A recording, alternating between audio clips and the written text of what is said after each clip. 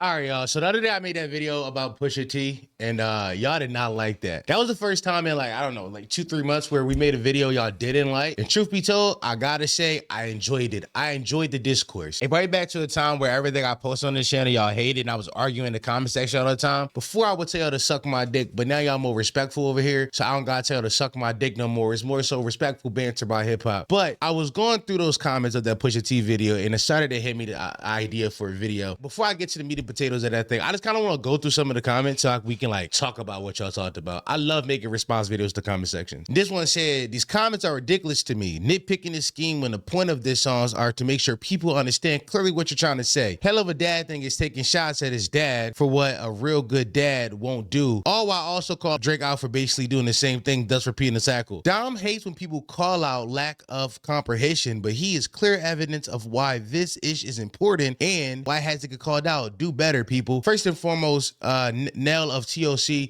you explained the bar to us like we didn't get the bar.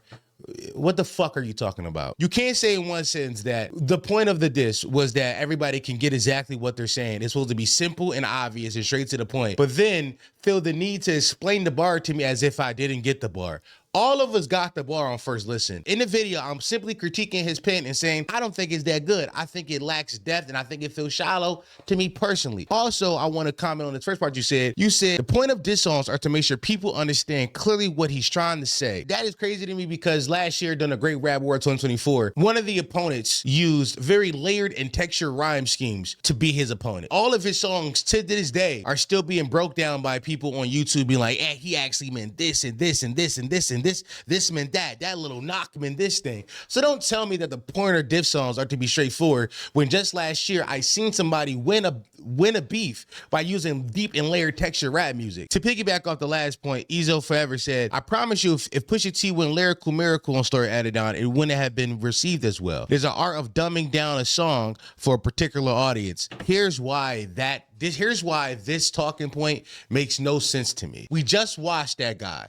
The guy that I'm not going to say his name because this video isn't about him. We just saw him get dismantled last year by a guy who didn't dumb it down, who stayed true to his art and stayed true to being layered and textured. He stayed true to that and won the beef. My point in saying is I think y'all are coping. You're coping for Pusha T's pen lacking the poetic nature that I think somebody like Rick Ross's pen has. You're coping for the authenticness that I think somebody had like Jeezy has. You're coping for the presence on beats that I think somebody like Westside Gunn has. All this is copium. You keep saying he dumbed it down, he dumbed it down, he dumbed it down. When truth be told, we just saw the nigga that we're talking about get smoked by a nigga who decided not to dumb it down. Somebody says, I think you just hate his voice. A person's voice can make you over critique any artist.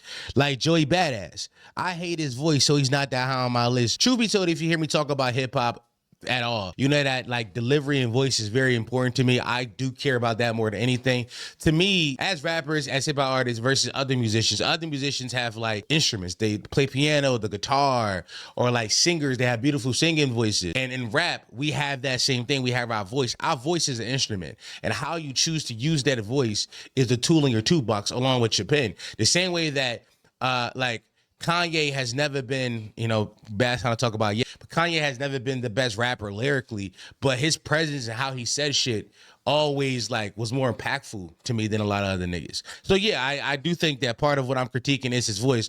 But besides his voice, I think that when I'm reading the lyrics sometimes, it doesn't pop off the screen to me as like, oh, this is avant-garde. This is art to me, which I know it is art, and I don't want to take away from Pusha T's ability. I'm just saying, like, to me, it doesn't come off as like high tier as other people make it seem. Somebody said this is a comment section, Edward. He says, I always find your opinions interesting, often when I don't agree. My question to you is, between your opinion here and Axe take on aesthetics and rap lyrics over hip hop, first of all, please do not put me academics in the conversation ever again in your life. I appreciate you. What is more important in the context of a rap battle, impact or aesthetics? If this is analogous to a fight, what matters more? A beautiful technique like a spin kick or short right hook that is timed correctly and lands with precision? Back to the initial point I made. So many comments are like this. Back to the initial point I made. I think that, there's more than one way to skin a cat. You can be short and quick and timely and like to the point and to the punch, and it's still beauty in that. My point when I'm talking about Pusha T is that to me, it lacks beauty. To me, it lacks finesse. To me, it feels like lumbering. Somebody said he's J. Cole's for street dudes. J. Cole's more talented though. I don't think it's a bad comp.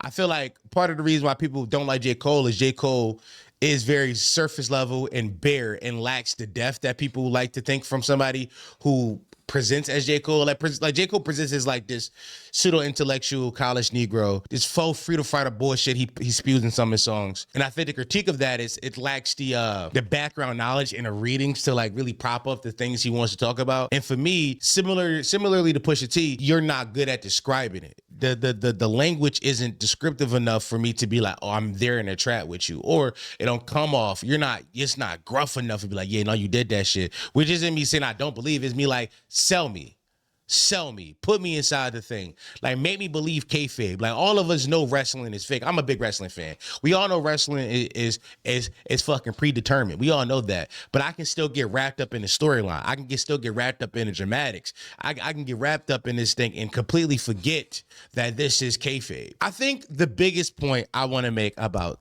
all this, I love talking about hip hop on the internet, and I loathe it at the same time because everybody thinks they're an expert. Everybody thinks they know more than the next guy. And I'm not exempt of this. Even in my video, I say, don't talk to me unless you got a better verse to me. To me, I'm an expert because I've written verses. And I'm telling you niggas, if you don't got a better verse to me, then you can't talk about hip hop with me.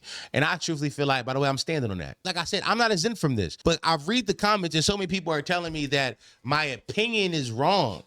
My opinion on an artist is wrong, as if there is some kind of exactometric mathematical numbers that can contest with what I'm saying when there is none. When we're talking about skill and talent, there is no metrics to base that off of, but other than, do I like it? Music is too subjective. Now, if we want to have a conversation about reach, for sure, but we're not having a conversation about reach because Pusha's never had the biggest reach. Pusha's last album sold 55,000 copies first week. That is Meg Thee Stallion numbers. So we're talking about the actual art form. We're talking about the pen. We're talking about, do you like this or do you not like this?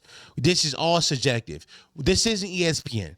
This isn't LeBron versus Kobe, where you can look at the empirical data and evidence and be like, oh, LeBron is better at this thing than Kobe, and Kobe's better at this thing than LeBron. There's nothing like that. There's nothing. There's all subjective. Now, there are some things that we can all agree on as a collective to say, hey, this thing is commonly known. For example, this new era rap that we live in that some of y'all like to call rage music, which I'm not going to call it that because I hate that phrase, is less lyrical than past forms of hip hop. And I think, like, as a whole, in totality, yes, we can agree on that. But are there forms of rage?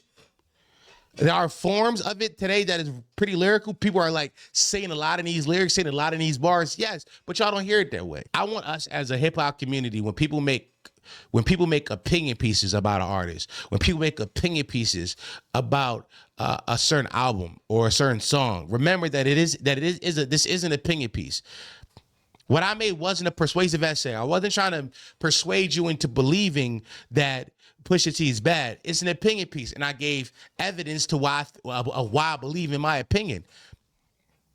And we need to interact with the pieces of content as if they are that, as if they are opinion pieces. None of you know anything more than the other person. You don't. This genre, this art that we love is subjective. And I know that throughout time and throughout history, we've always talked about it as if it was a sport, as like, hip hop is a combat sport.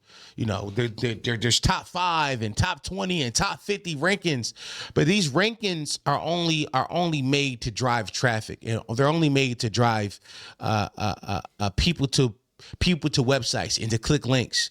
There is no such thing as a consensus top 5. You can pull 100 niggas. You can pull 100 niggas from every era and who love hip hop, listen to everything, and their top 5 artists is going to be different.